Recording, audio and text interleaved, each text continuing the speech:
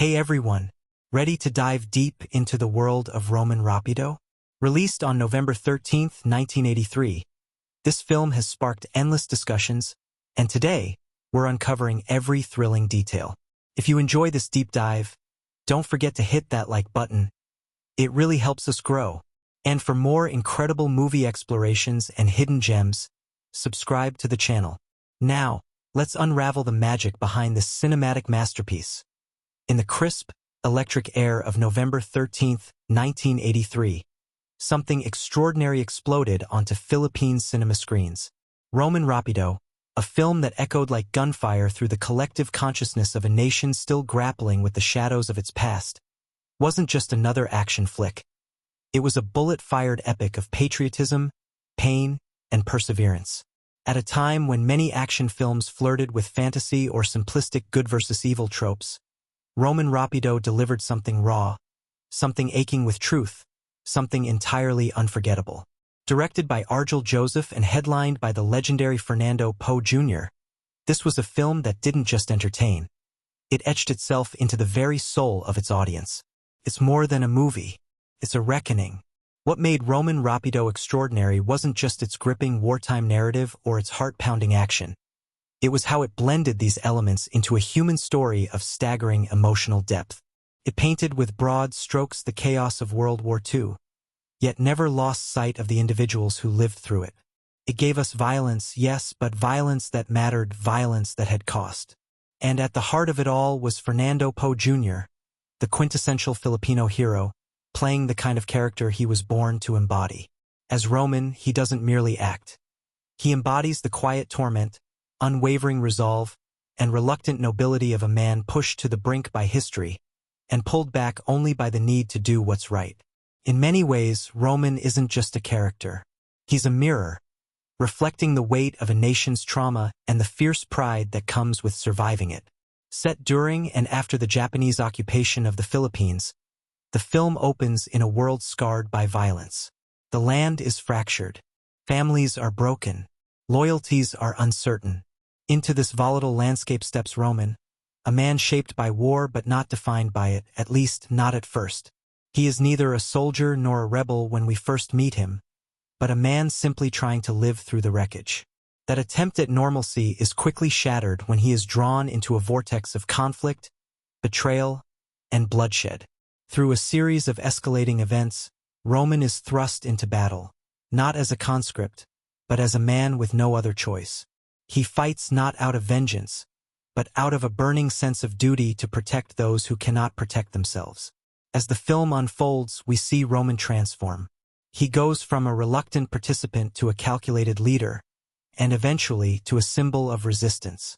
The narrative dances across time, moving fluidly between Roman's personal losses and the broader devastation of war. Along the way, he confronts both external enemies, namely the criminal forces led by the ruthless Bonifacio tales, and the internal demons that come with taking lives, losing loved ones, and standing for something greater than yourself. Jean Palomo's portrayal of Bonifacio is deliciously dark, a perfect counterbalance to Poe's stoicism. There's no cartoon villainy here, only brutal ambition and the cold calculus of survival in a broken world. The cast surrounding Poe adds depth to every corner of the story. Helen Vela as Maming delivers a hauntingly quiet performance that grounds the film in emotional realism. Julie Vega, in one of her most poignant roles, plays Carmen with a mixture of innocence and sorrow that lingers long after the credits roll. Janice DeBellin's Corazon and Cheryl Cruz's Rita fill in the emotional mosaic with youthful vulnerability and emotional truth. And in the margins of this war-torn tapestry, familiar faces like Anita Linda, Rule Vernal, and Johnny Wilson breathe life into roles that could have been one-dimensional in lesser hands. And then there are the action sequences, raw, ruthless, and surprisingly restrained. There's no gloss here, no cinematic romanticism. The gunfights are swift and loud. The violence is sudden and jarring. Director Arjel Joseph and cinematographer Verreyes don't try to stylize the bloodshed. They show it as it is, fast, final, and irreversible. It's not about thrill. It's about cost. Every bullet fired carries the weight of lives lost, of peace shattered. There's a realism in these scenes that makes them all the more powerful. The action isn't the spectacle, it's the punctuation. And that's what sets Roman Rapido apart from its peers. Visually, the film paints in tones of war, muddy browns, gunmetal grays, and the occasional flash of fire-red violence. The camera lingers on faces, wrinkled with worry, splattered with dirt, frozen in fear, drawing the viewer closer into the lived experiences of the characters. There's a documentary-like feel to many scenes and almost newsreel quality, as if what we're watching really happened. And in a way, it did. Because Roman Rapido is not fiction in the traditional sense. It is based on a popular radio serial, which itself drew inspiration from real stories of guerrilla resistance during the war. It's historical fiction soaked in the truths of a people who endured unimaginable hardship and still found the strength to fight back. The film score by Toto Luna enhances this tone perfectly. It's never overbearing, never manipulative. The music weaves in and out of the narrative like smoke through a battlefield. Sometimes mournful, sometimes martial, always evocative. In moments of silence, you hear it echo like a distant heartbeat. It doesn't tell you what to feel. It reminds you of what's already there, hidden beneath the surface. That restraint, that emotional intelligence, is part of what gives Roman Rapido its staying power.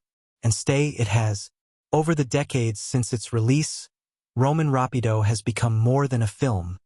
It's become folklore. It is studied, quoted, replayed, and revered. Schools show it in history classes. Film buffs analyze it for its craft. Ordinary viewers return to it in times of political unrest, finding in Roman's silent defiance a kind of inspiration, a flicker of hope. In a nation where cinema is often escapist, Roman Rapido insisted on showing reality. Gritty, bloody, and alive. It didn't flatter. It didn't fabricate. It faced history head-on. Part of what made the film a cultural phenomenon was its timing.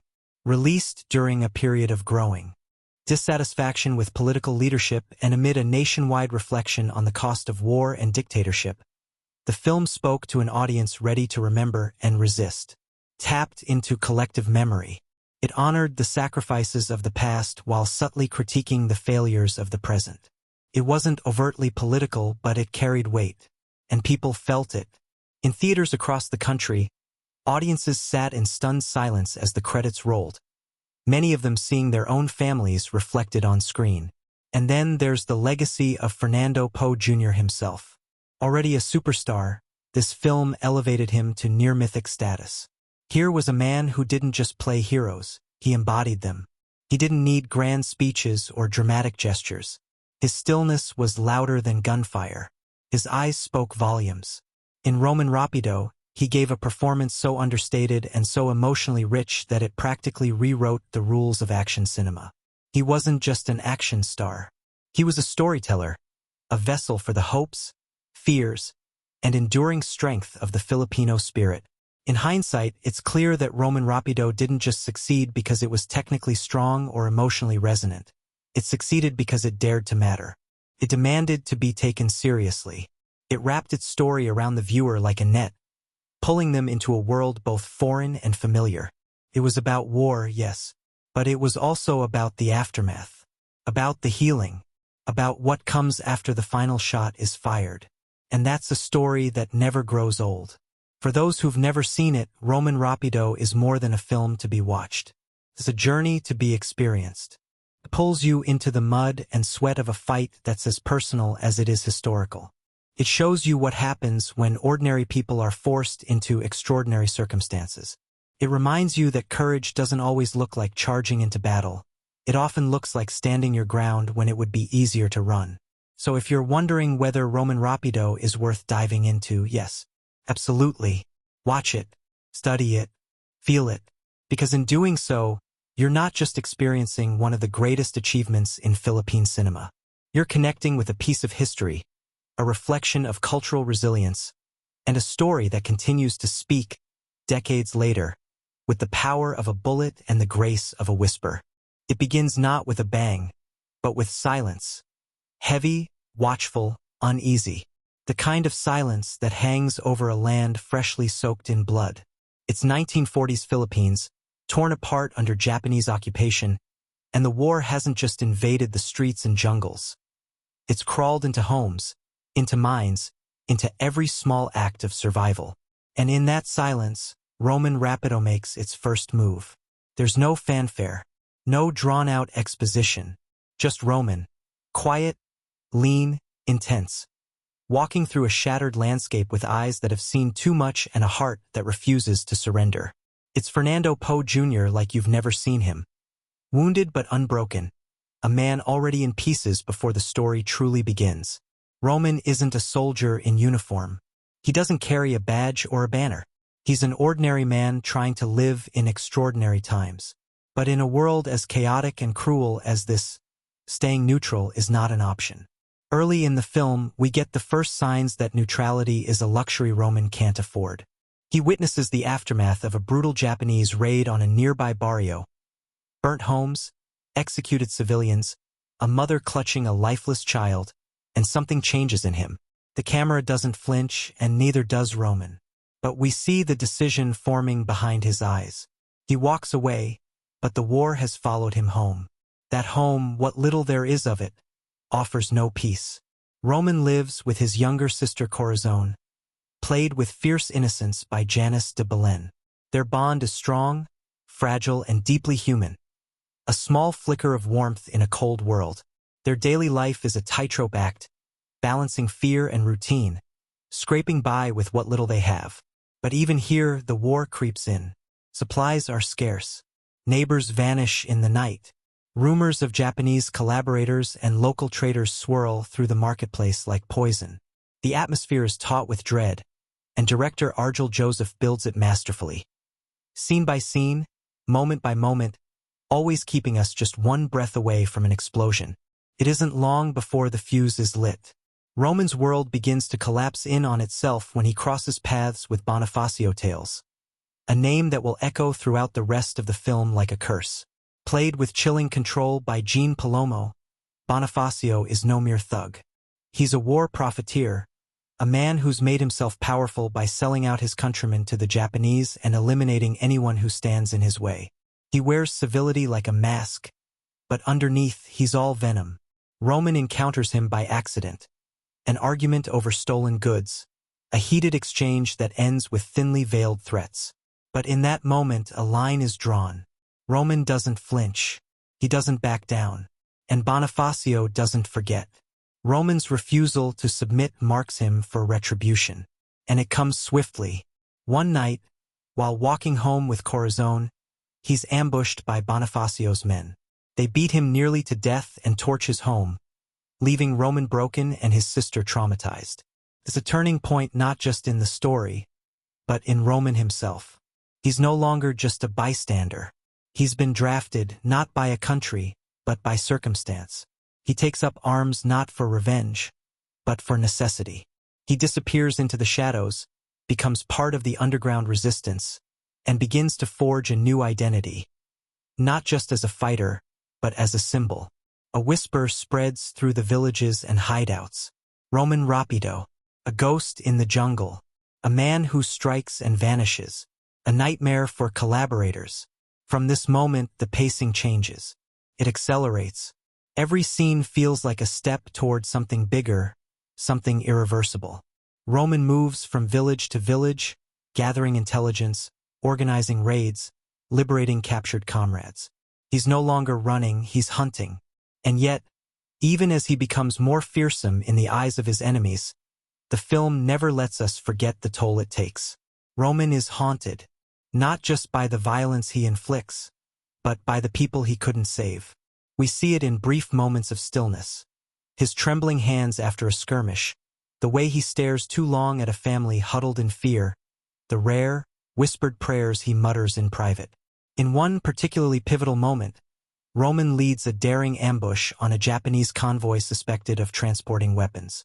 The scene is a masterclass in tension. It's dusk. The jungle breathes like a living creature. Every rustle of leaves feels like a scream. Roman signals. Gunfire erupts. It's fast, brutal, chaotic. Roman takes out a high-ranking officer, but not before seeing a young guerrilla fighter, barely 16, gunned down in front of him. After the smoke clears, Roman kneels beside the boy's body, not saying a word. The silence returns. He doesn't need to speak. His grief speaks for him. And once again, we're reminded.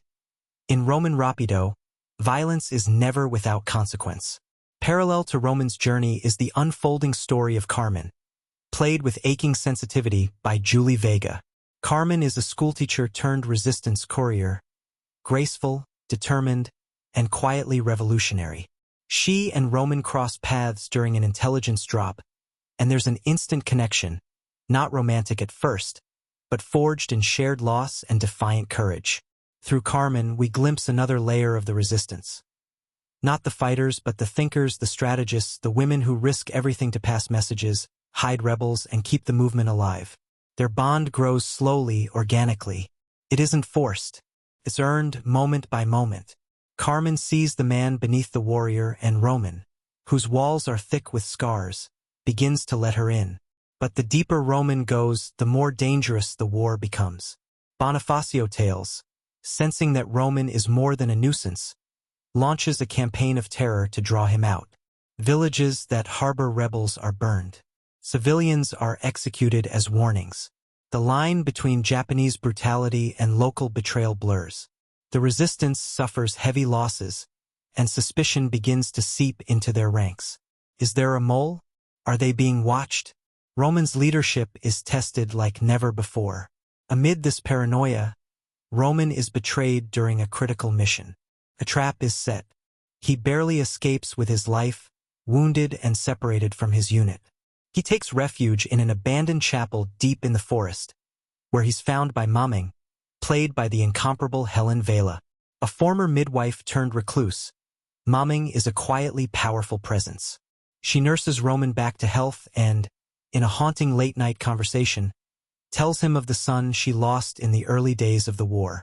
It's a moment of rare emotional vulnerability for Roman. He breaks, just for a moment.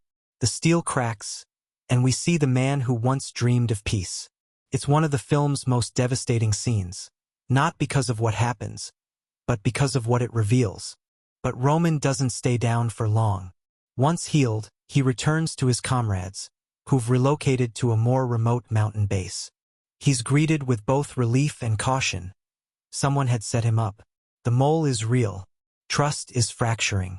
And as Roman plans the next move, his eyes keep drifting to Carmen, who's grown colder since their last meeting. There's something she's not telling him. Something painful. The film lingers here, between suspicion and longing, between duty and heartbreak. It's a lull in the chaos, a moment of fragile stillness before the storm. The first half of Roman Rapido ends not with closure, but with questions. The resistance is on the brink. Bonifacio is tightening his grip. And Roman, once an unwilling participant, is now the center of a war he never asked for. But he's also something more. A symbol, a threat, a legend in the making. The camera pulls away as Roman prepares for a high-risk mission to intercept Bonifacio's supply route, one that could tip the balance of power in the resistance's favor, or break them completely. In his eyes, there's no fear, just resolve. The kind that comes when you've already lost everything, and the only thing left to do is fight. And that's where we leave him, for now. On the edge of a knife. A man walking into fire, carrying with him the weight of a nation, and the quiet, unbreakable promise that he will not go quietly. The second half of Roman Rapido ignites like a fuse that's been burning slowly from the start. Quiet, steady, and suddenly explosive. When we return to Roman, he's not just a guerrilla fighter anymore. He's become a legend whispered among the oppressed and cursed by the collaborators. His name, once ordinary, now travels ahead of him like thunder before a storm. And yet, even with all that weight, Roman moves like a man who hasn't forgotten what started it all. His home in ashes, his sister's screams, the betrayal carved into his body like scars that never healed. Now, he's not just fighting a war. He's chasing a reckoning. The mission to intercept Bonifacio's supply route becomes the centerpiece of Roman's strategy. A chance to cut off the lifeline of a man who has sold out his people and turned the Japanese occupation into a personal kingdom of blood. Roman assembles a small team of loyal fighters, each carrying their own history, their own reasons for risking everything. Among them is Mang Andoe, the grizzled war veteran who's seen too many revolutions fail. Ernesto, a quiet sniper with the eyes of someone who's lost a brother. And Leto, the youngest among them, eager, idealistic, not yet broken. These men don't just follow Roman, they believe in him. And that belief is what powers the entire mission. The ambush itself unfolds with brutal precision. The convoy is attacked as it snakes through a narrow pass between steep jungle cliffs. Roman and his men strike fast, dismantling the guards before they have a chance to radio for help. Explosives rigged beneath the path send the lead vehicle into the air, a flaming wreck. Gunfire tears through the silence like lightning. And in the chaos, Roman comes face to face with one of Bonifacio's top lieutenants, a man named Delgado. Their fight is short but savage. Roman wins, but not without taking a knife to the ribs. He stumbles out of the fight victorious but bleeding, proof that even legends aren't invincible. It's a moment of triumph shadowed by pain. The mission succeeds, but the cost is steep. Leto doesn't survive. Shot while trying to protect Roman, his death is a shattering reminder that no victory comes without loss. Roman carries Leto's body back through the jungle, silent, haunted. At the burial, Carmen arrives, tears in her eyes, and for the first time, she allows herself to fall into Roman's arms. Their bond deepens not out of romance, but out of mutual survival, out of knowing that they're all each other has left. But their quiet moment doesn't last. The resistance learns that Bonifacio, enraged and desperate, has captured Roman's sister, Corazon. It's a calculated move, a trap, baited with blood. Roman is faced with the most agonizing choice of all.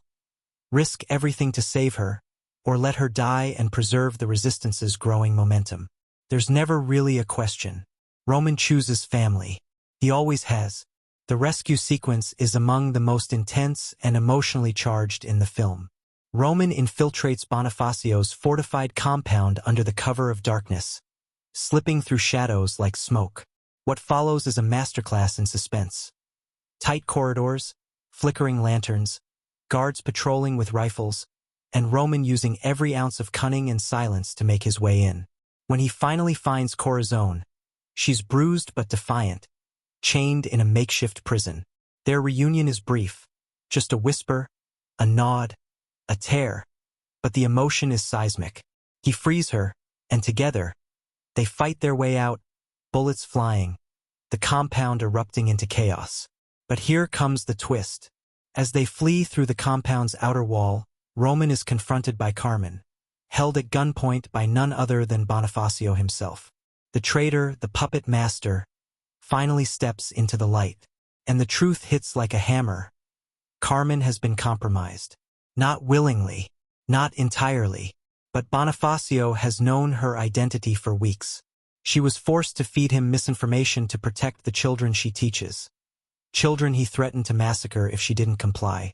The betrayal is personal. It's layered, and it cuts Roman deeper than any blade. For a moment he falters. He lowers his weapon. But then Carmen, eyes locked with Roman, turns and elbows Bonifacio, giving Roman just enough of a window to draw his gun and shoot. The bullet finds its mark. Bonifacio falls, but not before firing a shot of his own. It hits Carmen. Everything stops. The gunfire, the running, the fear. It all collapses into a silence so loud it shakes the soul. Roman catches her as she falls, her blood staining his hands. In her final breath, she tells him she never stopped fighting. Not for him, not for the resistance, but for hope.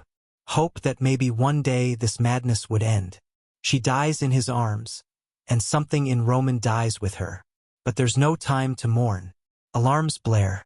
Reinforcements arrive. Roman carries Corazon out of the compound, wounded and devastated, but alive. Back in the mountains, the resistance regroups, and Roman, now colder than ever, delivers the news of Carmen's sacrifice. Her name becomes a rallying cry.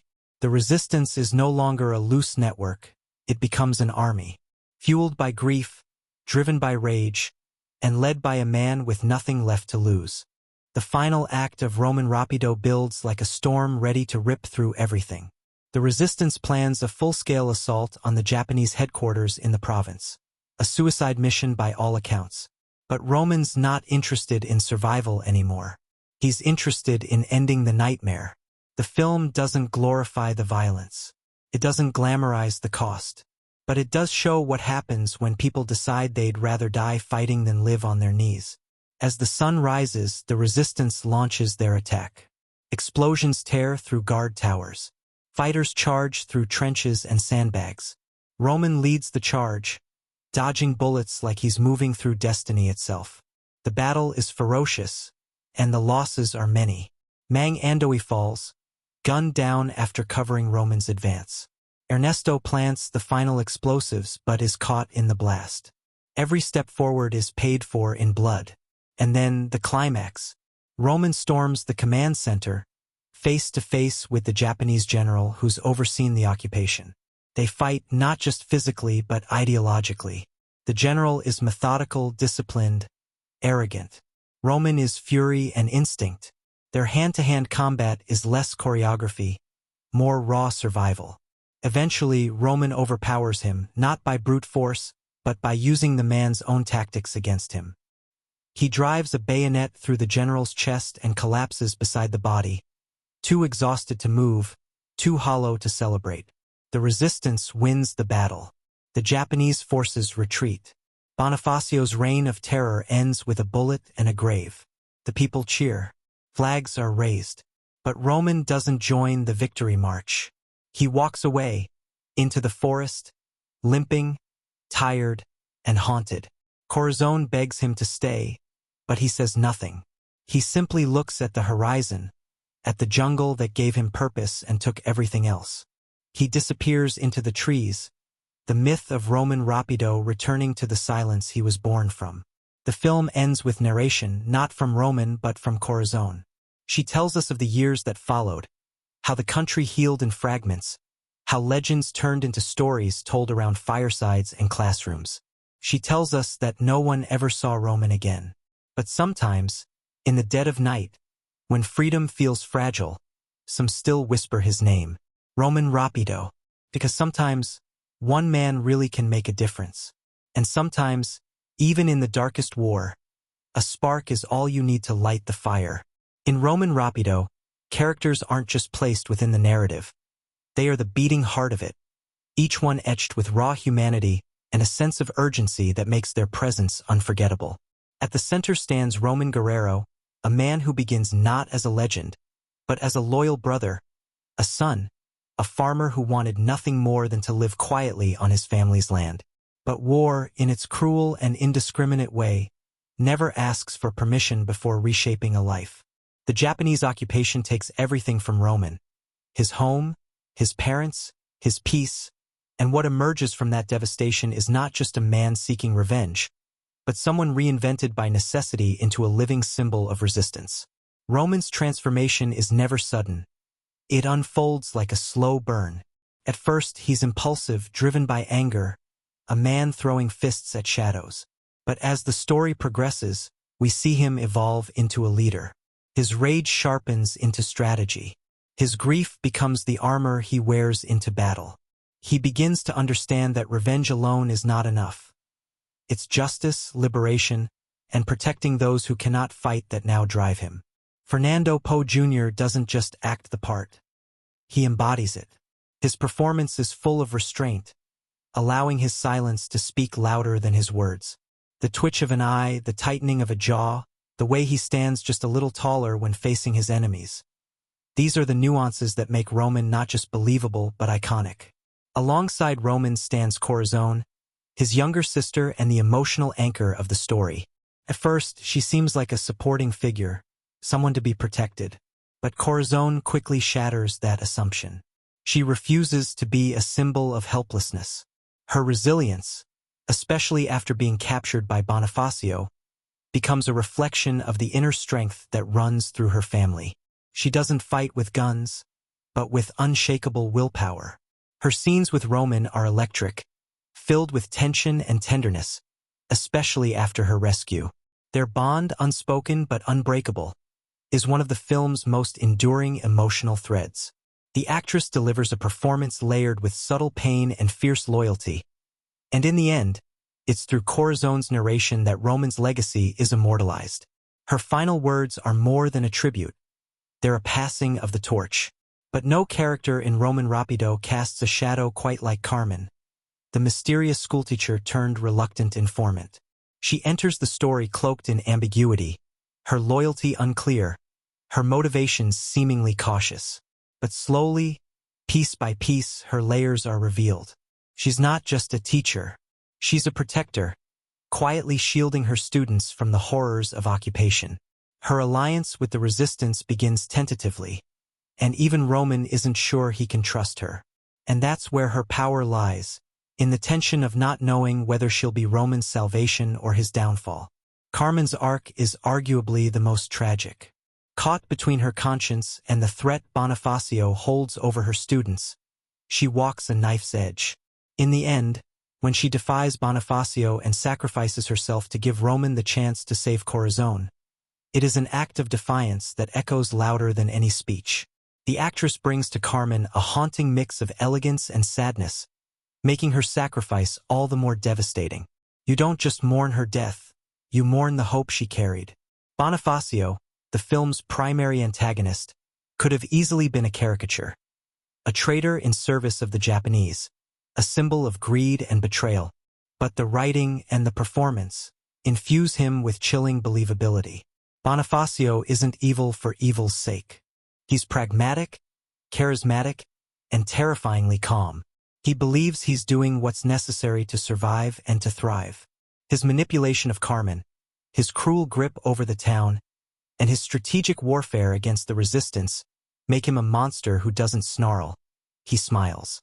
There's a theatrical elegance to his villainy, a measured pace to his cruelty, and when he finally meets his end, it's not just satisfying, it's poetic justice.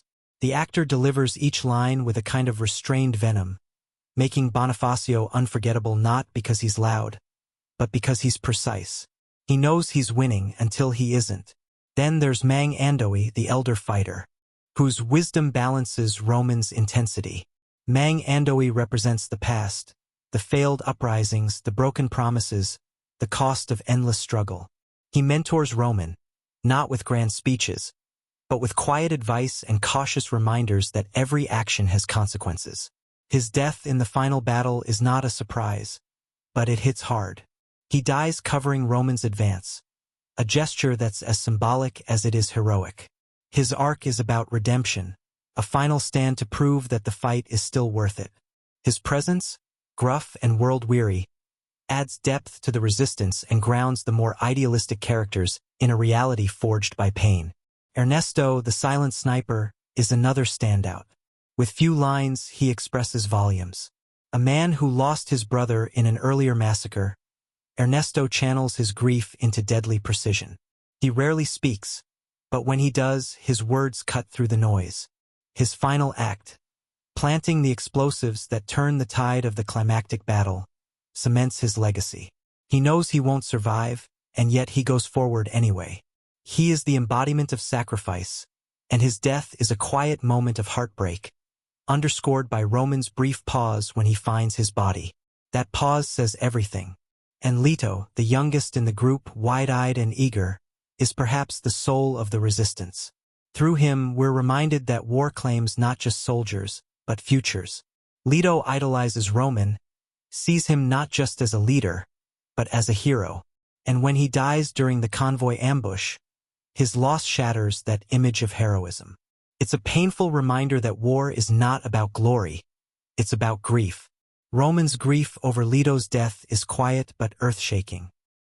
He carries Leto's body like he's carrying his own guilt, and it's in that moment we see the toll of leadership weigh down like a mountain on his shoulders. Even the secondary characters are given dimension. The children in Carmen's school are more than just background. They're the stakes. Every smile, every laugh, every silent glance during Carmen's conflicted moments reminds us why she does what she does. The Japanese officers are portrayed not as mindless villains, but as soldiers carrying out orders, which only makes the brutality feel more grounded in reality. The village elders, the frightened townsfolk, the background fighters. They all add to the tapestry, each one a thread in the greater struggle. At the heart of Roman Rapido is a story about people. Flawed, brave, terrified, determined people. It's a film where every death leaves a mark, every betrayal matters, and every act of courage comes with a cost. The performances across the board rise to meet the script's demands. There's a rawness to the delivery, a physicality to the emotions, and a sense of weight in every scene. You believe these characters because the actors believe in them. What makes this ensemble so unforgettable is how interconnected they are. Roman is who he is because of Corazone's faith, Carmen's defiance, Mang Andoi's guidance, Leto's hope, Ernesto's silence, and Bonifacio's treachery. The film doesn't treat them as separate pieces. It weaves them together into a narrative machine powered by loss and love and resistance. And even when the last shot fades and the jungle swallows Roman once more, the characters don't leave with the credits. They linger. They live on in memory. Not as characters from a film, but as people you once knew. People you once fought beside. People whose courage now belongs to legend. In Roman Rapido, there's a richness hidden beneath the gunfire and explosions. A deeper tapestry of meaning that only becomes clearer on closer inspection.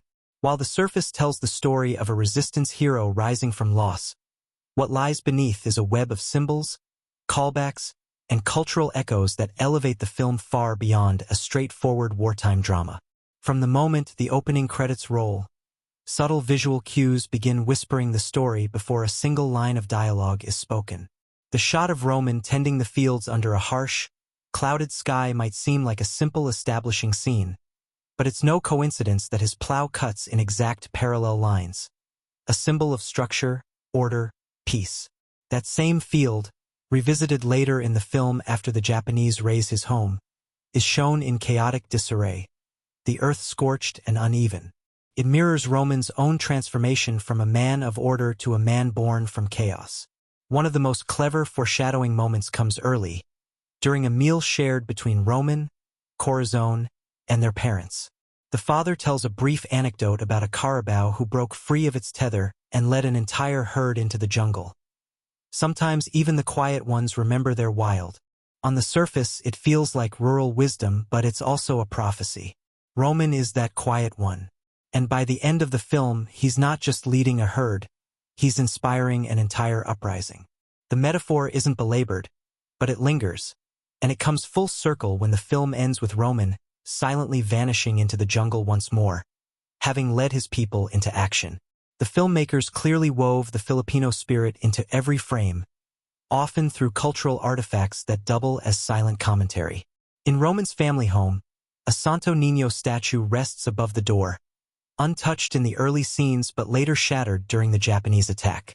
Its broken body is shown briefly, but significantly. It marks the literal desecration of Filipino faith and heritage. But that statue reappears later, carefully restored in a village Roman saves. It's placed back above a new door, subtly suggesting the restoration of not just faith, but identity. It's this kind of visual storytelling, deliberate but understated, that reveals the depth of Roman Rapido. Another hidden thread runs through the use of sound, particularly silence. Roman's character is defined by it, but silence itself becomes a signal for incoming change. Before every major turning point, his parents' murder, Carmen's betrayal, Ernesto's final mission, there is a deliberate pause, often devoid of score. These quiet moments create space for the audience to anticipate, to feel unease, but they also allow the character's internal shifts to register more profoundly. In fact, a haunting example of sound as storytelling comes during Carmen's visit to Bonifacio's quarters. A record player quietly hums out a love song from the 1930s, Bichuing Marikit. But listen closely. As Bonifacio steps closer to Carmen, the record begins to skip slightly, as though even the vinyl itself is recoiling from the tension. The glitch is never explained, but it reflects the psychological disturbance Carmen is experiencing. A genius bit of audio symbolism hidden in plain hearing. There are also numerous visual callbacks that echo like ghostly reminders throughout the film. When Roman first enters the rebel encampment, he is handed a Biolello knife.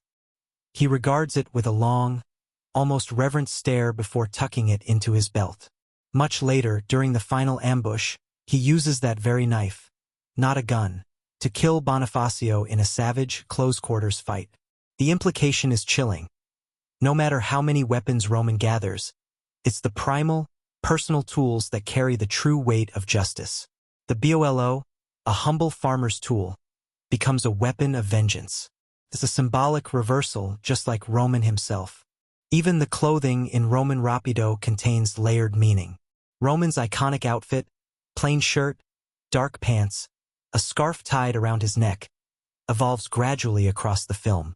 At first, the scarf is bright red, representing blood and vengeance. Later, it fades, worn and dust-covered, until it's nearly brown. But in the final scenes, after the climactic battle, Roman ties it tightly again, and this time, it's replaced with a darker, almost black cloth. He has buried his need for vengeance beneath purpose. That scarf becomes not just a prop, but a chronicle of emotional evolution. Fans of Filipino cinema will also find Roman Rapido loaded with homages to classic local films and actors. During the scene where Roman recruits a group of vigilantes in a nearby province, one of the rebels delivers a line, "Ang tuni na tapong, hindi sumisigaw," a direct quote from the 1950s war film Hanggang sa Dulo ng Daigdig. It's an intentional nod, made richer by the fact that the actor delivering it is the son of the original film star. These metatextual layers reward dedicated cinephiles and ground the story in the legacy of Philippine resistance cinema. The film's score is another area where Easter eggs flourish. Composer Levi Celerio infused traditional folk instruments into the orchestration, especially during moments of emotional intensity. But more than that, he incorporated melodies based on old Katipunan war chants, barely noticeable unless you listen closely. During the training montage where Roman's ragtag group of fighters learn guerrilla tactics, the background rhythm is actually a slowed-down version of the revolutionary hymn, Jocelynong Baliwag. It doesn't shout its presence. It just exists like an ancestral heartbeat, pushing the characters forward. There's also a quiet, haunting moment that only reveals its brilliance on repeat viewing. After Carmen's death, Roman stands at the edge of the river, his silhouette framed against the setting sun. It's a mirror of an earlier scene where Carmen had stood on the same riverbank while reflecting on whether she should betray the resistance. The cinematography mirrors the angle and lighting exactly, suggesting a spiritual continuity between the two.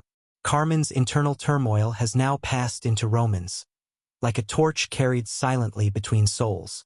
It's this kind of visual poetry that makes Roman Rapido linger long after the final shot. Disguise. As he passes a guard post, there's a moment where he glances at a wanted poster of himself. But behind that poster, partially covered, is an older, faded one featuring the face of his father, also marked as a threat years prior. It lasts less than 2 seconds on screen, but the implications are massive. Roman's war isn't just his, it's inherited. The struggle has spanned generations. There's a tiny visual insert that carries the weight of history. Foreshadowing is also masterfully employed in Roman's dialogue, especially during his arguments with Mang Andoy.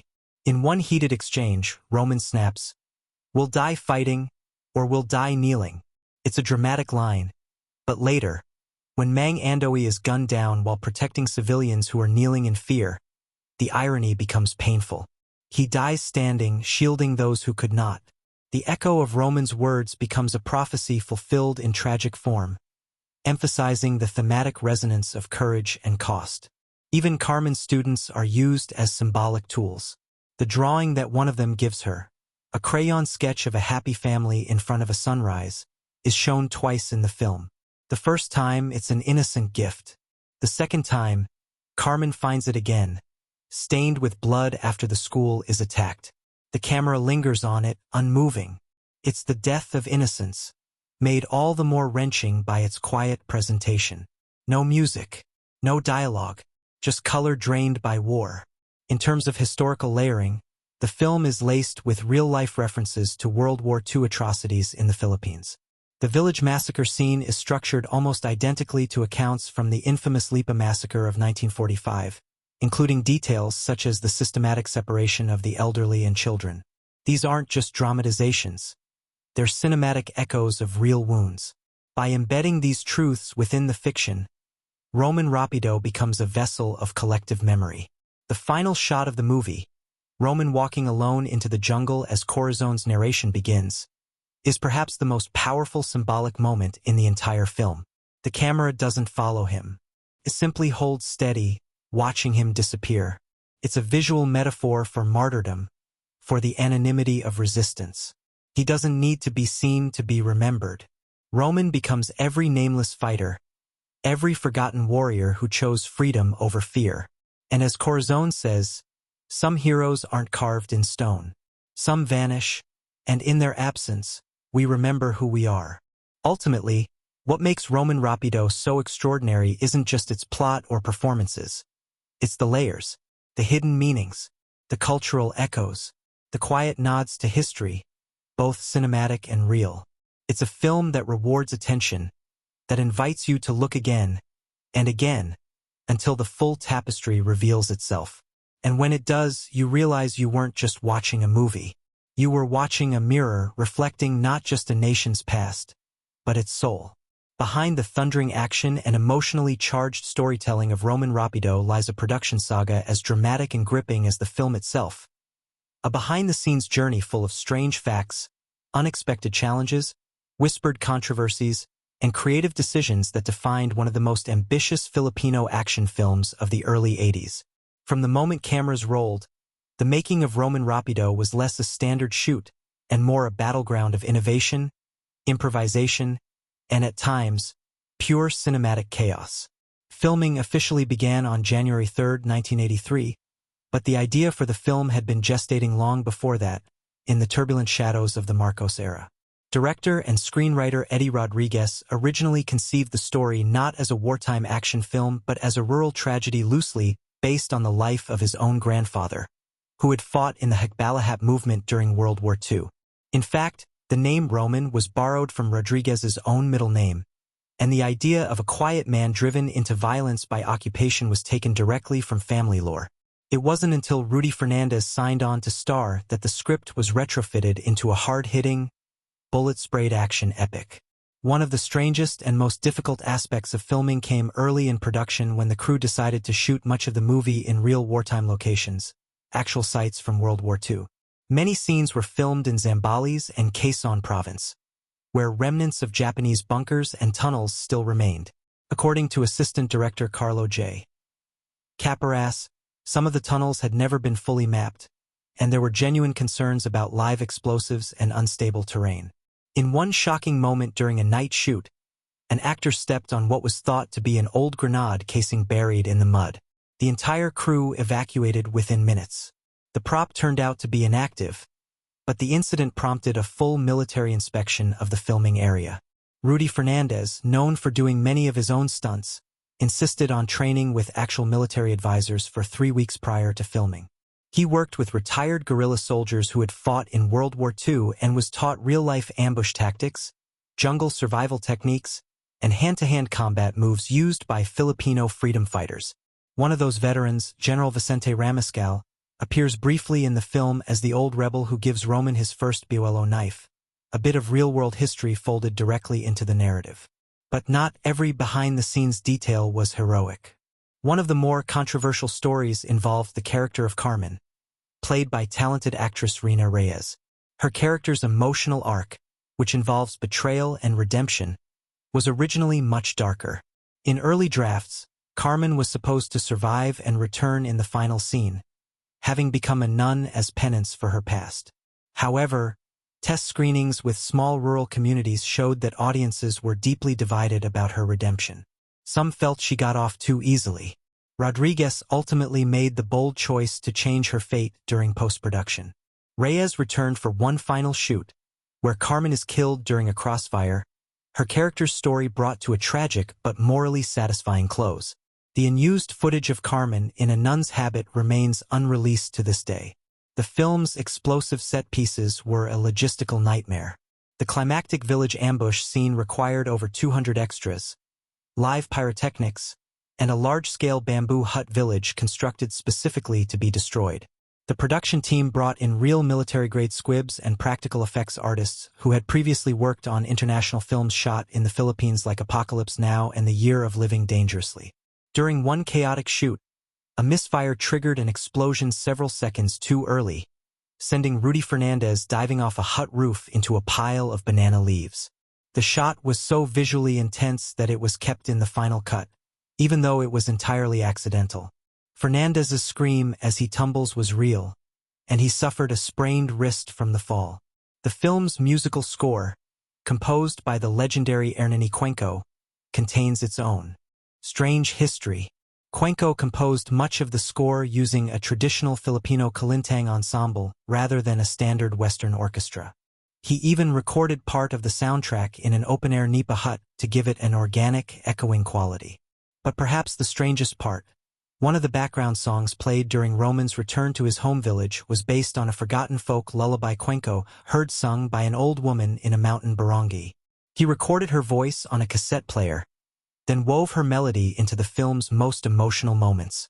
The woman's name remains unknown, but her voice lives forever in the background of Roman's grief. There's also a hidden aspect to Rudy Fernandez's preparation that fans rarely know. He learned how to forge metal for a key blacksmithing scene early in the movie. The scene, where Roman reforges a broken machete, lasts only 45 seconds, but Fernandez wanted the process to look real. He trained with a master blacksmith for 5 days to learn how to heat and shape iron without a stunt double. In fact, the machete he reforges in that scene is still on display at the Fernandez family home, a scorched but gleaming reminder of the actor's dedication. Even the film's wardrobe tells a behind-the-scenes story. Costume designer Leticia Gonzalez faced the unique challenge of dressing a cast for a 1940s period film with only a modest budget. Instead of recreating all costumes from scratch, she scoured thrift shops and old donations from veteran families, eventually sourcing authentic military gear from the armed forces of the Philippines. Roman's signature scarf was actually a real scarf worn by a Filipino scout ranger in 1943, donated by the soldier's grandson. These small pieces of real history gave the costumes an authenticity that couldn't be manufactured, and viewers unconsciously feel it. There was also one truly bizarre incident during filming that has since become legendary among the cast and crew. During a night shoot in a remote village, the power generator failed, plunging the set into complete darkness. As they waited for it to reboot, Fernandez and Reyes wandered off into the jungle for a break. Minutes later, they returned, pale and visibly shaken. They claimed to have seen a group of silent figures watching them from the trees, dressed in what appeared to be old wartime uniforms. A quick head count confirmed no extras were missing, and when the crew returned to the spot, they found old boots and a rusted bayonet buried in the soil.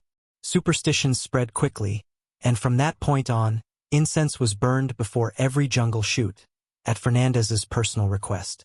On the technical side, director Eddie Rodriguez employed several unorthodox filming techniques that were uncommon in Philippine cinema at the time. For certain battle scenes, he used a Steadicam rig imported from Hong Kong, a rarity in Southeast Asia back then. This allowed for smoother tracking shots during action sequences, particularly the chase scenes in dense forest terrain. The results gave Roman Rapido a dynamic movement style that felt more visceral and international than other local action films of the era. Post-production brought its own headaches. The editing was done manually using spliced film reels, and the master negative nearly caught fire in the editing suite due to a malfunctioning lamp. The editor, Mary Lou Diazabia, had to literally throw water on the equipment to save it. Some portions of the original footage were singed, resulting in a grainier texture in a few final scenes. But rather than reshoot, Rodriguez decided the damage added to the film's raw aesthetic, and kept it in. Among the cast, there were strong bonds but also real tensions. Veteran actor Mario Escudero, who played General Bonifacio, was known for his method acting. He stayed in character off-camera and would often refuse to speak to Fernandez unless they were filming a scene. This created a genuine animosity between their characters that translated beautifully on screen. However, after production wrapped, Escudero reportedly sent Fernandez a heartfelt letter explaining that the hostility had all been a performance, a letter Fernandez would later frame. Finally, Perhaps the most bittersweet behind-the-scenes detail is that Roman Rapido was released during a politically tense year. Just before the assassination of Benigno Ninoy Aquino Jr., the film was interpreted by many as an allegory for resistance, and its themes struck a chord with Filipino audiences teetering on the edge of revolt. The military censors under Marcos briefly considered delaying the film's release, claiming its themes could incite rebellion. But thanks to a last-minute appeal by producers and the film's clever historical framing, it premiered as scheduled on August 11, 1983. It became a box office hit and a cultural touchstone, an echo of the nation's brewing unrest. And yet, for all its revolutionary spirit and cinematic intensity, Roman Rapido was also the product of blood, sweat, and strange magic. It's a movie born not just from storyboards and scripts, but from sleepless nights in the jungle, real-world danger, eerie coincidences, and a cast and crew united by the belief that they were telling something bigger than a single man's journey. They were telling the story of a people, a history, and a fight that never really ended. There are moments in cinema that don't just entertain, they leave an imprint. Roman Rapido is stitched together by these moments. Scenes that feel less like fragments of fiction and more like echoes of real human struggle. These aren't just plot points. They're emotionally charged pivots that elevate the movie from a gripping action saga to a piece of Philippine cinematic heritage. And while the bullets fly and blood spills across jungle paths and muddy villages, the film's true weapon is its emotional precision. Its ability to shape rage, loss, loyalty, and defiance into an unforgettable experience. Perhaps no moment captures this better than Roman's homecoming. When he returns to his barrio after years away and finds his family fractured and fearful under the weight of war. The camera doesn't rush here. It lingers, allowing the stillness of the village to wrap around Roman like an invisible noose. Children stop playing. Elders look up from their benches. No dialogue is needed because everything is spoken in silence. The framing, soft but measured, shows how displacement isn't always about distance. It's about time lost, relationships strained, and the quiet erosion of what once was home. Audiences responded deeply to this scene, especially those who had lived through or remembered the martial law years, because it mirrored a national feeling of returning to something that no longer resembled what it once was. Another striking moment unfolds in the bamboo fields during an ambush that feels like pure chaos on the surface. Fire, screams, smoke, but underneath, it's a moral reckoning for Roman. In the middle of the firefight, he freezes. Not because of fear, but because a young soldier, barely a teenager, rises from the underbrush and points a trembling rifle at him. In the split second that follows, Roman makes a choice. Instead of shooting, he tackles the boy, disarms him, and lets him flee. It's a brief moment, buried under cinematic mayhem, but it says everything about who Roman is becoming. He's no longer just a tool of vengeance. He's choosing the path of compassion in a world that offers none. Critics praised this as one of Rudy Fernandez's most vulnerable performances, where action was replaced by restraint, and the audience was left questioning what true strength really looks like. That thematic weight carries into one of the most debated scenes in the film, the confrontation between Roman and Carmen. After uncovering her betrayal, Roman storms into her candlelit home, bloodied and broken, carrying the machete she once gave him as a token of love. But instead of rage, the scene is soaked in melancholy. Roman doesn't scream. He doesn't accuse. He simply places the blade on the table and whispers, "This doesn't belong to me anymore." Rina Reyes delivers one of her most haunting performances here. Her expression flickering between regret, guilt, and a faint, dying hope that things could be undone. The tension is unbearable, but it's not the tension of violence. It's the tension of loss. This scene was heavily dissected in academic circles as a metaphor for the Philippines' post-colonial identity crisis. Torn between resistance and collaboration, loyalty and survival. It's a conversation in whispers, but its impact is thunderous.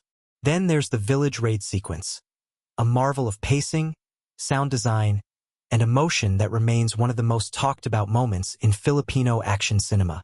Roman and his band of rebels infiltrate a village at night to rescue prisoners, and what follows is a symphony of torchlight, gunpowder, and betrayal. Rodriguez's direction here is at its sharpest. using shadows and silhouettes to suggest more violence than is shown, making the brutality feel even more personal. But it's not the action that makes this scene great. It's the moment Roman finds his younger brother among the captives, barely alive, muttering their father's name in delirium. The look on Roman's face, a cocktail of rage, failure, and guilt, becomes the turning point of the film. It's no longer about revenge. It's about redemption. In that split second, the personal and political collapse into one. Film historians often cite this scene as a masterclass in emotional juxtaposition. Violence married with intimacy, explosions balanced by whispered prayers. The use of traditional instruments in the background score here, kalintang and bamboo flutes, adds a ghostly echo to the action, reminding the viewer that this is not just a war between men, but a war within the soul of a nation. One of the quieter but more philosophically rich scenes arrives when Roman speaks with the old priest in the mountain chapel. They talk about war, but not in the usual way. The priest asks Roman whether he believes justice is given or taken. Roman, looking out at the fog-soaked hills, answers, "Maybe both, maybe neither. Maybe it's just the only thing left when everything else is gone." It's a line that doesn't just serve the plot. It challenges the viewer. Critics highlighted this exchange as one of the film's boldest moments of introspection, where the script risks slowing the action to probe the metaphysics of justice in a world defined by loss. Fernandez delivers the line with such stillness. It feels less like dialogue and more like confession. The film's final act, particularly the standoff on the hanging bridge, is etched into Philippine cinematic memory. Roman, alone and injured, facing a contingent of enemy soldiers across a decaying rope bridge, stands not just as a warrior, but as a symbol. The bridge itself becomes metaphor. Fragile, fraying, suspended between two cliffs, between life and death, between who Roman was and who he's become. The battle is fierce, but what makes the scene iconic is its use of silence. Between gunshots, there are long beats of stillness, where we hear the creak of rope, the whimper of wind, and Roman's heavy, labored breathing. Director Rodriguez purposely stripped the background score in this moment to let the ambient tension speak. That creative decision paid off. When Roman finally collapses, victorious but barely alive, the audience doesn't cheer, they exhale. It's not triumph, it's survival. Critics across the country hailed it as one of the most visually poetic action finales of its decade. Equally powerful is the scene that follows, where the camera pulls back from Roman's battered body as villagers rush in to carry him. We see him lifted by a dozen hands. Young, old, wounded, defiant. It's not just a rescue, it's a coronation. Roman is no longer just a man, he is the spirit of the people. The way the film fades not to black, but to a wide shot of the sunrise through the jungle trees, signals that this story, while ending, is part of a cycle. The fight continues. The people endure. Audience reactions to Roman Rapido were intense and immediate. In theaters, it was common for viewers to cheer, gasp, or fall silent at the same exact moments. Some critics said the film manipulated emotions too easily, but others saw it as a rare work of action cinema that never lost sight of its humanity. Professor Rosario Mendoza of Up Dillyman once described the film as a national trauma dreamt into film, remembered through gunfire and healed through sacrifice. Others drew comparisons to the Battle of Algiers for its raw, documentary-like intensity, or even to The Godfather for its exploration of honor and bloodlines in conflict. At the heart of every impactful moment is Rudy Fernandez's performance, which never once succumbs to the easy trope of the invincible hero. His Roman is fallible, often unsure, but fiercely grounded. His most powerful moments are not his kills, but his silences. His pauses before acting, his tears held back, his eyes scanning the faces of villagers who look to him for answers he doesn't have. Fernandez turns a genre role into a mythic performance, one that resonates long after the final shot. Thematically, Roman Rapido weaves together threads of family, betrayal, sacrifice, and the haunting aftermath of war. It's a film that doesn't just ask what a man is willing to die for. It asks what he's willing to live with. The most impactful scenes are those that capture that delicate balance, where bullets fly but meaning lingers, where violence roars but conscience whispers, and where, in the heart of conflict, a quiet truth takes shape. That heroism is not about glory, but about enduring when the world gives you every reason not to. Every cinematic choice, from the sepia-tinged color grading in the flashback sequences to the decision to end Carmen's arc in tragedy rather than redemption, feeds into this central ethos. Rodriguez doesn't just direct a film. He orchestrates an emotional architecture, where every scene is a beam, every dialogue a pillar, and every explosion a collapsing wall in the house of innocence. Ultimately, Roman Rapido earns its place in the pantheon of great Filipino films not just through its spectacle, but through its soul. Its key moments don't merely punctuate the narrative. They shape it, haunt it, give it breath. And in revisiting them, whether for the first time or the 50th, audiences are reminded not just of a story, but of a country's wounds, hopes, and enduring fire. There are films that seem to appear fully formed, their impact immediate and inevitable. But behind Roman Rapido's mythic status lies a battle almost as fierce as the one unfolding on screen. It was not just a film born from a script and a camera. It was carved from the sweat of a tireless crew, the daring of a visionary director, and the resilience of a production that fought against nature, politics, and the limitations of its time to create something groundbreaking. On the surface, Roman Rapido might read as a classic action film, but what unfolded behind the camera was nothing short of a revolution in how Filipino cinema approached scale, scope, and storytelling ambition. From the beginning, director Augusto Salvador and producer Jesse Ejercito knew they were venturing into uncharted terrain. They weren't just creating another Rudy Fernandez vehicle. They were crafting a war epic with emotional gravitas, political nuance, and visceral intensity. The challenge? They had neither the blockbuster budgets of Hollywood nor the luxury of digital conveniences. Everything had to be real, tangible, shot in the muddy, unforgiving terrain of Luzon's remote provinces. The decision to film in real villages and forests, rather than on constructed sets, gave Roman Rapido a rawness that no soundstage could replicate. But it also meant unpredictable weather, logistical nightmares, and a crew that had to live the chaos they were filming.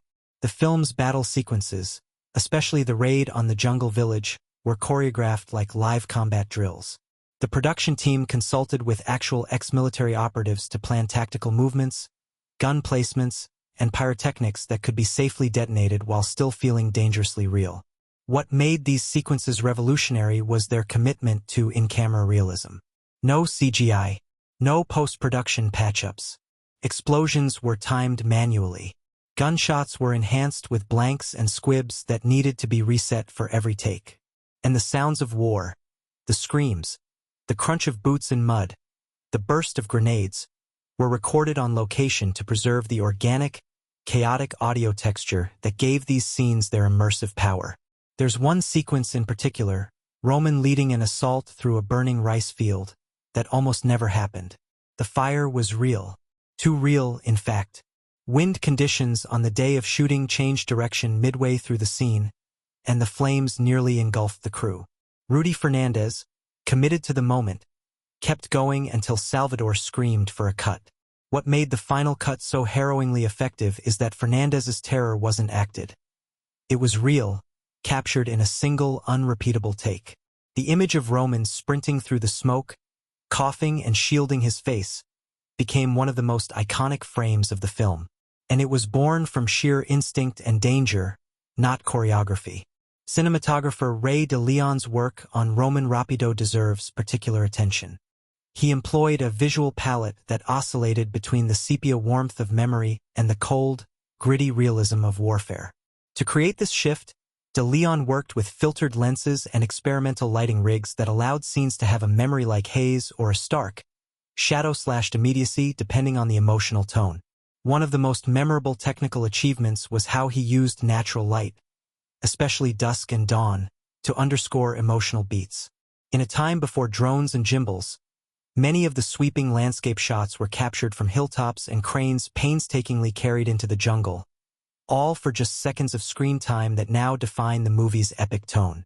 There's an often overlooked innovation in how Salvador approached pacing and narrative rhythm in Roman Rapido. While most action films of the era leaned into a relentless cadence of fight-cut-fight, Salvador built in silence, deliberate, almost meditative gaps that allowed audiences to sit with the character's trauma. Editing wasn't just a tool to maintain tempo, it was a narrative voice in itself. Salvador's background as an editor allowed him to cut scenes not for speed, but for emotional weight. He'd hold a shot on Roman's face just a moment longer than expected, letting viewers feel the toll of the bloodshed. In post-production, he reportedly restructured the film 3 times, tweaking not just where scenes landed, but how long they were allowed to breathe. It was this careful balancing act that kept Roman Rapido from becoming just another shoot-'em-up and turned it into a war elegy. Behind the camera, the crew faced constant hurdles. Power generators failed in the rain. Wild animals wandered into frame. Transporting film stock to remote locations meant navigating muddy roads and, at times, crossing rivers by foot. The audio team had to build makeshift soundproof booths out of tarpaulins and bamboo just to capture clean dialogue. And yet, not once did Salvador opt to compromise. He reportedly refused studio suggestions to simplify scenes or cut costs by reusing explosions, insisting that authenticity could not be faked. The cast's dedication was equally unmatched. Rudy Fernandez, already a star, trained for weeks with ex-soldiers to learn how to handle firearms and execute tactical maneuvers believably. He wasn't satisfied just looking the part, he wanted to move like a soldier. His decision to perform most of his own stunts, jumping from ledges, rolling through fields, wading through floodwaters, wasn't for ego. It was because he knew the camera, with its unblinking eye, would catch any falseness. His bruises were real. So were the infections he suffered after a particularly grueling week of filming barefoot through a leech-infested marsh. Rina Reyes, who played Carmen, faced a different kind of challenge. Her role demanded intense emotional range, from seductive betrayal to soul-crushing regret. Salvador pushed her to dig deeper than she ever had, even delaying scenes until Reyes felt she was truly emotionally ready. One story from set describes a scene where Carmen confronts Roman in the pouring rain. The rain was created with fire hoses, and the take lasted nearly 15 minutes. Reyes, drenched and trembling, kept going even as the water numbed her fingers. That take made it into the final cut, and it's one of the most haunting in the film. Not because of the dialogue, but because of her trembling breath between each word. That's not acting. That's submission to the role. The film's sound design also broke ground. Rather than using generic gunshot and explosion effects from stock libraries, sound engineers captured actual gunfire in various terrain, hills, forests, villages, to match the acoustics of each scene. They recorded how bullets echoed through bamboo, how distant shellfire rumbled across valleys. This obsession with sonic accuracy helped build a world that felt alive, dangerous, and real. The film's score, composed by Nonong Buencamino, avoided the traditional heroic brass and leaned into traditional Filipino instruments, kalintang, gangsa, bamboo xylophones, to create a sound that felt rooted in the soil of the country's history. This choice gave Roman Rapido a spiritual, almost mythic resonance. War wasn't just modern violence, it was an ancestral wound. One of the film's most ambitious shots, a continuous take of Roman moving through a bombed-out town, weaving past chaos, helping civilians, dodging gunfire, was completed only after 27 takes. Every explosion, scream, and background extra had to hit their mark exactly. The town itself was constructed from the ruins of a real village partially destroyed in a typhoon, which the crew repurposed and rebuilt with local help. It was a collaborative act of art and community healing. Villagers worked as extras, makeup artists, and assistants. In return, the crew funded repairs and donated supplies. That synergy between story and community gave the film a rare soul. It wasn't just filmed in the Philippines, it was made with the Philippines. Perhaps the most symbolic achievement of Roman Rapido is that it bridged old and new Filipino cinema. It honored the legacy of gritty, personal war stories while introducing a more ambitious, emotionally layered approach to action storytelling. It wasn't just a visual triumph, it was a narrative evolution. The film proved that action could be poetry, that explosions could underscore loss, and that vengeance didn't have to eclipse vulnerability. Every creative decision, from the muddy realism of its visuals to the aching silences of its edit, served this vision. In hindsight, the true miracle of Roman Rapido wasn't just that it was made under such harsh conditions. It's that every hardship, every delay, every injury, and every impossible shot made it better. It sharpened the film's edge, deepened its heart, and burned its story into the celluloid with a fire that even time has failed to dim. Some films scream their meaning through grand speeches and explicit metaphors. Others, like Roman Rapido, whisper their truths through smoldering glances, blood-stained silences, and the unrelenting rhythm of a man forced into the jaws of war. On the surface, it's a gritty, bullet-laced action film, but just beneath the smoke and fire lies a powerful tapestry of themes that speak to nationalism, betrayal, family, power, and the psychological cost of survival. Every scene doesn't just move the plot. It echoes with something deeper, a cry of a country torn by conflict, and of a man wrestling with who he must become to endure it. At its core, Roman Rapido is a story about identity, about a man caught between two lives, two selves, and two conflicting understandings of what justice means. Roman, portrayed with bruised intensity by Rudy Fernandez, is not a hero molded by choice but by necessity. He begins as a soldier shaped by a broken system, then becomes a reluctant revolutionary whose awakening doesn't come through ideology, but through pain. In Roman's journey, we see the age-old theme of the individual versus the system, but this time that system isn't abstract. It's familial, personal, and rooted in the corrupt institutions of post-colonial Philippines. Roman's arc symbolizes the transformation of the common Filipino, a man forced to navigate a landscape marred by dictatorship, insurgency, and betrayal. His refusal to blindly serve those in power, even when doing so would mean safety and stability, becomes a symbol of moral clarity. The film never paints him as infallible. His decisions often lead to death, destruction, and alienation, but it insists that real heroism lies in facing the consequences of those decisions, not avoiding them. His wounds, both visible and emotional, are symbolic of a nation trying to heal while still under fire. Perhaps the most potent symbolism in the film is found in the recurring use of fire and water. Fire appears as both destruction and purification. The burning of villages, the torching of homes, the flaming horizon that engulfs Roman's past. Each flame seems to erase another part of who he was, forcing him to rebuild himself in the ashes. But then there's water, the flooded marshlands he hides in, the rain that falls during moments of personal revelation, the river that carries away a fallen comrade. Water, in contrast, becomes the element of memory and rebirth. When Roman stares into a rain-soaked mirror after the massacre in the village, the water clinging to his face becomes a symbol of the tears he cannot cry. In Fire and Water, the movie sculpts its emotional vocabulary, showing us destruction and renewal as inseparable parts of the same journey. Another central theme is betrayal, personal, institutional, and national. Roman is betrayed by his commander, by his own government, and ultimately by those closest to him. Carmen's arc, brilliantly realized by Rina Reyes, carries the emotional core of this theme. Her betrayal isn't simple villainy, it's survival. In her, we see the choices many were forced to make under martial law and authoritarian rule. Conform or be crushed. Her guilt, her rage, and her eventual breaking point mirror the tragic duality of a people caught between loyalty and fear. Carmen, like the country itself, is torn between submission and rebellion. Her death is not just a plot point.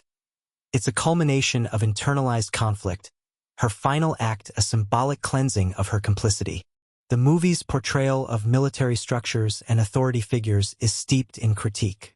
Colonel Isidro, the cold and calculating officer who embodies the ruthless pursuit of order, stands as a symbol of the unchecked power that plagued the Philippines during the Marcos regime.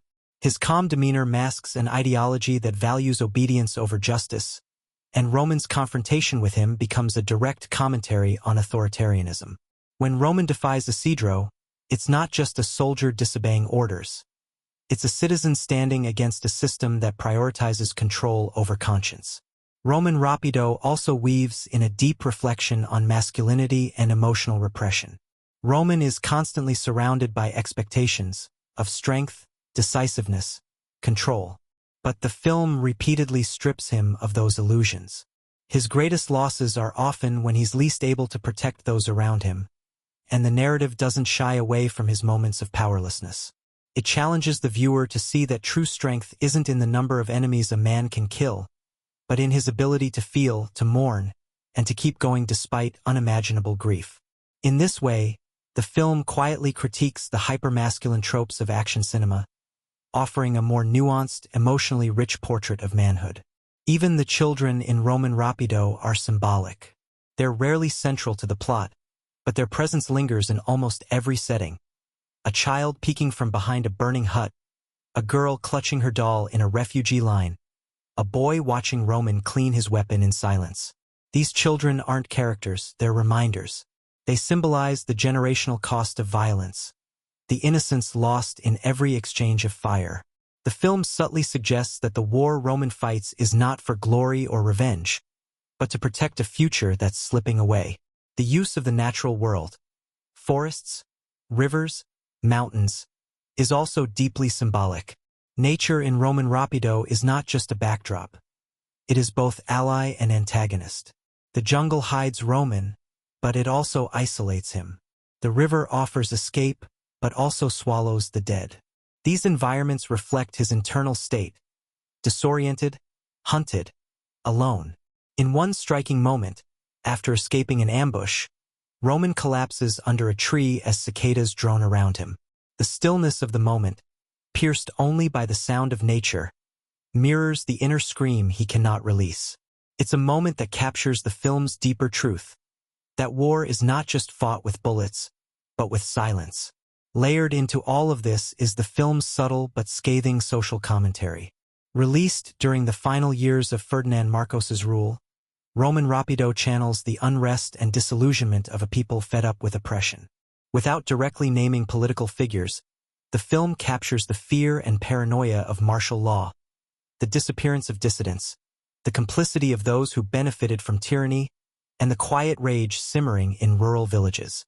The scenes of government soldiers interrogating civilians, the red tape Roman faces when trying to expose corruption, and the complicity of the church hierarchy all nod to real-life dynamics that audiences in 1983 would have felt acutely. The film's climax, in which Roman stages a daring ambush on a convoy believed to be smuggling weapons and political prisoners, is more than just an action set piece. It's a cinematic scream of protest. The moment Roman takes the microphone from a corrupt official and broadcasts a message of truth across the radio frequencies is a symbolic act of reclamation. He takes control of the narrative, refusing to let lies shape the public memory. That defiant speech, often quoted in Filipino political circles, became a cultural lightning bolt, one that audiences understood not just as part of the film, but as a mirror of their own struggle for truth and justice. The final shot of the movie, Roman walking alone down a dirt path, his back to the camera, his figure slowly swallowed by the mist, offers no triumph, no catharsis. And that's precisely the point. Roman Rapido doesn't offer easy answers because the world it reflects has none. It asks its viewers to sit with discomfort, to understand that sometimes the cost of doing the right thing is unending solitude. In that fog, Roman becomes more than a character. He becomes every Filipino who dared to stand up and was never seen again. In the end, Roman Rapido is a war film, yes, but it is also a poem, a lament for a nation that bled for its dignity, a portrait of a man who becomes legend not because of what he conquers, but because of what he endures.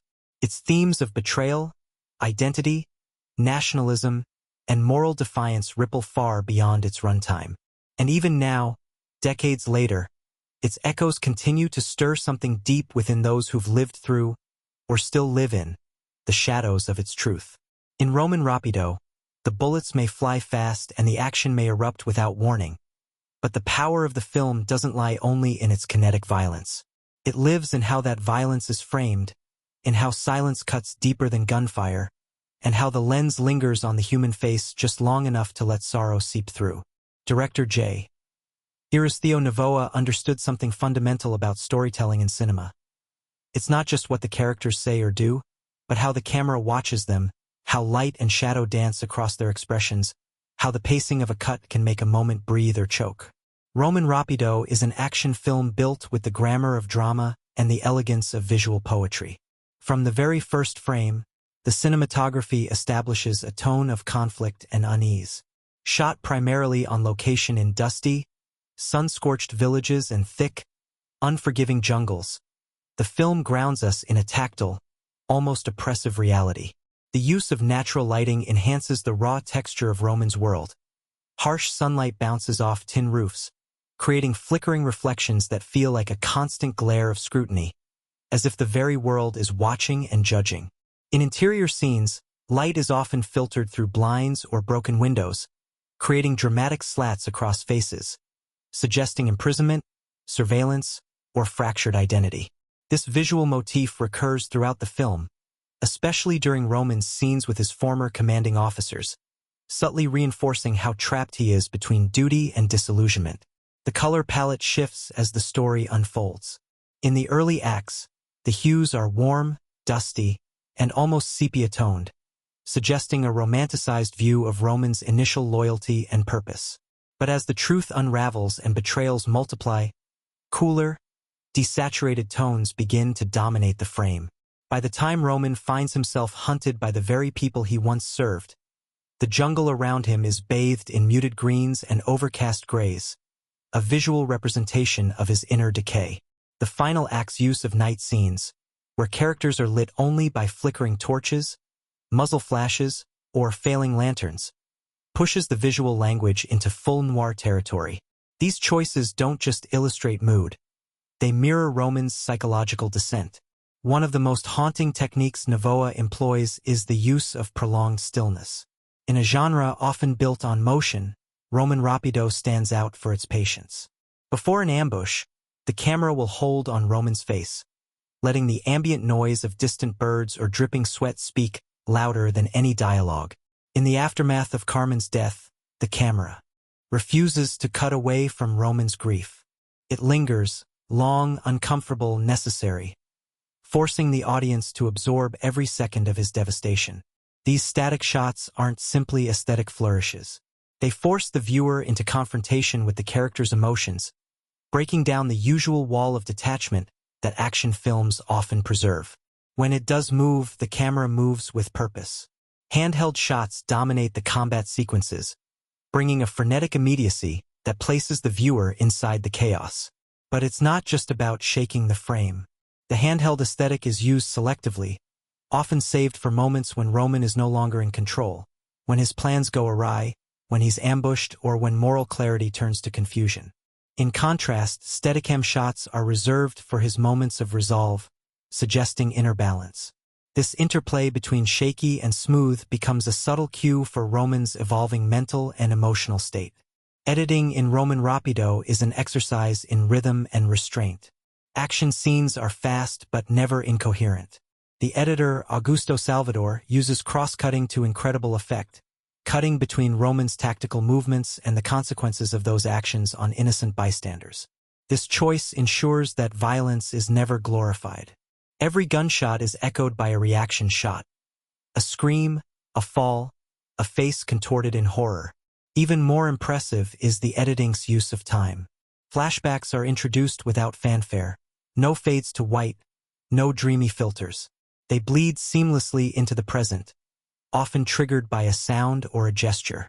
This choice not only maintains narrative fluidity, but also emphasizes how Roman is psychologically unmoored, constantly reliving his traumas. Sound design in the film is minimalistic but deeply intentional. Gunfire is loud, harsh, and painfully real, not the sanitized pops of Hollywood, but echoing blasts that ring through the jungle. Each shot feels final, heavy. More importantly, silence is weaponized throughout the film.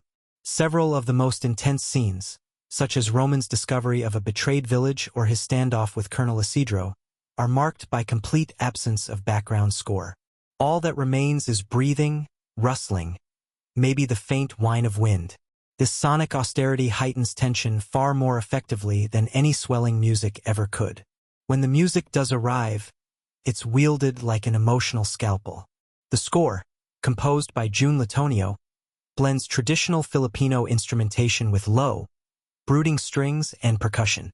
Rather than dictate emotion, it quietly complements it.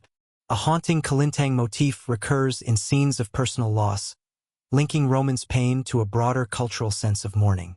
In moments of resolve or rebellion, the music swells, but always under control, never intrusive.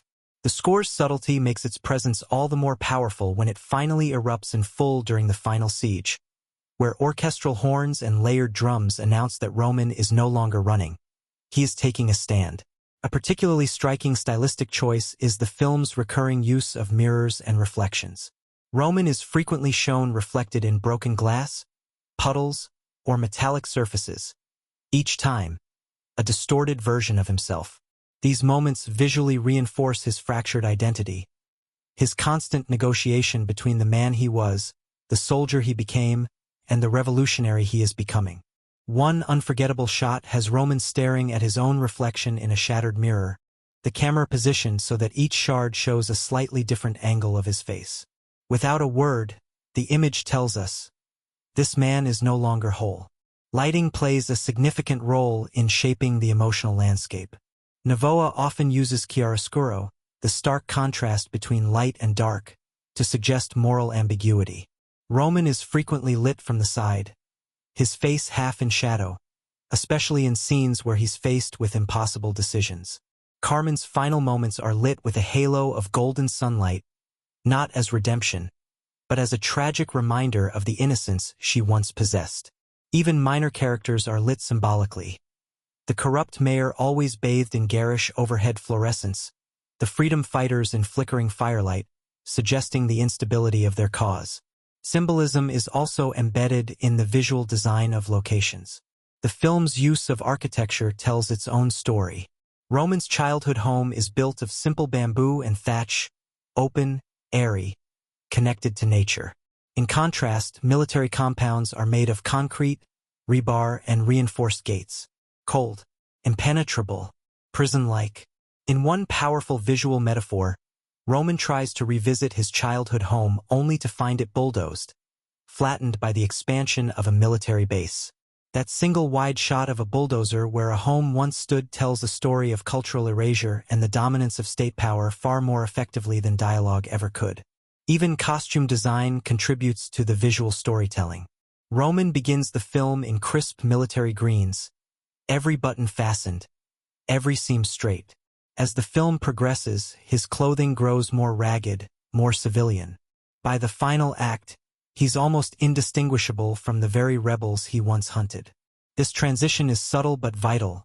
It's a visual shorthand for the blurring of ideology, for Roman's slow realization that justice is not worn on a uniform. The pacing of Roman Rapido is another unsung hero of its cinematic technique. It doesn't rush. It builds. Like a symphony, it introduces motifs, visual, auditory, emotional, and revisits them in crescendo. Quiet scenes are given space to breathe, to resonate, so that when the action finally crashes in, it doesn't just shock, it devastates. The slow burn approach to tension makes even small moments feel monumental. Pause in dialogue, a door creaking open, a hand reaching for a rifle. Each detail feels soaked in consequence. Above all, it's Novoa's ability to weave all these elements into a singular, coherent vision that elevates Roman Rapido from action film to cinematic landmark. He never lets style overpower substance, but he also never lets substance become dull or didactic. Every camera move, every lighting choice, every edit exists in service of the story, and the story always serves something bigger than itself. Whether it's critiquing authoritarian rule, mourning lost ideals, or tracing one man's descent into moral ambiguity, the film uses every tool in its arsenal to make its point felt, not just understood. Roman Rapido is a film where the visual and the visceral collide.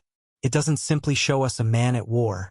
It makes us feel the weight of his decisions, the fear in his silence, the fire in his gaze. Its cinematic language is as rich and layered as its narrative, and decades later, it remains a masterclass in how to tell a powerful story without ever having to say everything out loud. There's a special kind of electricity that pulses through Roman Rapido, and it doesn't just come from the sound of gunfire or the tension in a high-stakes chase. It comes from the actors, their shared glances, their combative silences, and the emotional weight carried in every word, or in many cases, in what remains unspoken. What made Roman Rapido transcend its genre wasn't only its politically. At the heart of Roman Rapido is Fernando Poe Jr., whose portrayal of Roman is arguably one of his most layered and emotionally vulnerable performances. Poe was already a titan in Philippine cinema by 1983, but there was something distinctly different about his presence in this film. He wasn't just a hero, he was a fractured man navigating a world that no longer made sense. And much of that emotional weight came from how he played off his co-stars. The chemistry between Poe and the actress who played Carmen, Roman's steadfast moral anchor, was especially profound. Their scenes together weren't overacted or melodramatic. Instead, they crackled with intimacy, with an unspoken history that you could feel in every sigh, every lingering look. Behind the scenes, Poe was known for cultivating a familial atmosphere on set. Despite his star status, he carried no ego. Stories from production recount how he insisted on eating meals with the crew, checking props himself, and rehearsing late into the night to perfect timing in emotionally charged scenes. His work ethic and humility were infectious. Carmen's actress once recalled a moment where Poe spontaneously adjusted a scene to accommodate her suggestion. A rare gesture of trust that elevated their dynamic and allowed their relationship on screen to feel authentic and equal. That trust spilled into the film. Their final moment together, where words falter and grief takes over, was partly improvised, and the tears that fell weren't scripted. They were real. In contrast, the tension between Roman and Colonel Isidro, his commanding officer turned adversary, felt so palpably intense on screen, audiences could practically feel the heat of their glares. The actor portraying Isidro, a classically trained performer from theater, brought a precision and rigidity to his role that clashed beautifully with Poe's more grounded, naturalistic style. This wasn't an accident. The two actors reportedly agreed early on to maintain a certain distance during filming, rarely socializing between takes. This self-imposed coldness heightened their on-screen antagonism. During the now iconic interrogation scene, where Roman is accused of treason, the silence between lines stretched unervingly long. The tension wasn't written, it was lived. The crew on set that day reportedly held their breath between each cut, unsure if the actors were still performing or genuinely about to erupt. The supporting cast also added layers of nuance to the film's emotional fabric. The band of rebels that Roman joins midway through the film weren't just background players. They were carefully chosen character actors, many of whom had real-life connections to political activism or theater. Their dynamic felt like a found family. On set, they bonded over shared political frustrations and long late-night rehearsals, giving their performances a sense of genuine camaraderie and cause. A well-known behind-the-scenes moment involved a nighttime jungle shoot that was nearly canceled due to a tropical storm. The actors insisted on continuing, huddling around firelight, soaked to the bone but refusing to let the momentum drop. The resulting footage wasn't just visually stunning. It was infused with authenticity, and that real exhaustion and resolve made it to the final cut. But not all set dynamics were harmonious. Rumors circulated about disputes between crew members over the film's political tone, especially during scenes that depicted military corruption or civilian abuse. The Philippines in 1983 was still under the shadow of martial law, and filming a movie that even tangentially critiqued the state was a tightrope walk. Some on the production feared censorship or worse. There were moments when permits were mysteriously revoked, when local authorities tried to delay shooting, or when filming locations had to be changed overnight. But these very challenges fused the cast and crew with a shared sense of purpose. They weren't just making a movie, they were saying something, even if they had to bury the message in gunfire and grit. This passionate energy wasn't lost on audiences. When Roman Rapido premiered on March 10, 1983, theaters in Metro Manila were overwhelmed. People lined up for blocks. In some cities, screenings extended into the early hours, with staff rotating out just to accommodate the crowds. The air inside theaters was electric, not just because people expected an action-packed Poe film, but because they sensed something deeper. Audience reactions ran the full emotional spectrum. Cheers erupted during Roman's triumphs, but there were long, painful silences during the film's darker turns, particularly in scenes involving civilian casualties or Roman's moral collapse. Some viewers openly wept. Others walked out stunned, processing what they had seen. Critical reception at the time was polarizing, but never indifferent. Some traditional critics lauded the film as Poe's most mature and introspective work, praising its refusal to glorify violence and its haunting emotional core. Others criticized it for straying too far from the heroic mold, arguing that Roman's lack of resolution or clean redemption might alienate fans expecting a classic action catharsis. But even the skeptics couldn't deny the film's technical prowess. The cinematography, the editing, the score, these were all hailed as groundbreaking for local cinema. Over time, however, Roman Rapido grew in stature. It became more than a film. It became a reference point. Generations of filmmakers have cited it as an influence, not just for its action, but for how it balanced intimacy with spectacle. Its audience grew far beyond its original release, thanks in part to television re-airings and eventually digital restorations. On streaming platforms and retrospectives, viewers today still discover Roman's journey with fresh eyes, and many find that its themes of loyalty, justice, and moral ambiguity remain painfully relevant. Fan engagement has taken on new forms over the decades. Online forums and social media have brought together communities of Poe admirers who dissect scenes, share behind-the-scenes photos, and celebrate obscure dialogue. Some fans have even created tribute short films inspired by Roman Rapido, reimagining its themes in contemporary settings. During anniversaries of the film's release, film schools and cultural centers often screen it as part of discussions on cinematic legacy and political resistance in Filipino film history. There's a particularly touching story about a retired soldier who attended a special screening in the late 90s. He reportedly approached the organizers after the film and said, "That was me. That was all of us. Fighting for something that vanished. Trying to stay good in a world that didn't care." Moments like that remind us that films like Roman Rapido don't just entertain. They resonate. They reflect the inner struggles of an audience that sees fragments of itself in Roman's exhausted, haunted eyes. And perhaps it's that very chemistry, between actors, between crew members, and between the film and its audience, that keeps Roman Rapido alive. It's not just the performances, the behind-the-scenes sacrifices, or the emotional weight. It's how all those elements align, often unpredictably, to create something larger than the sum of its parts. In that unpredictable collision of talent, pressure, and purpose, Roman Rapido found not just its fire, but its soul. Beyond the technique, we examined the soul of the film, the themes that ripple through its narrative like an undercurrent. Justice, loyalty, trauma, betrayal, redemption, and always the question of what one man is willing to sacrifice when the world no longer gives him a choice. These aren't just cinematic themes, they're human ones. And that's what makes the film endure.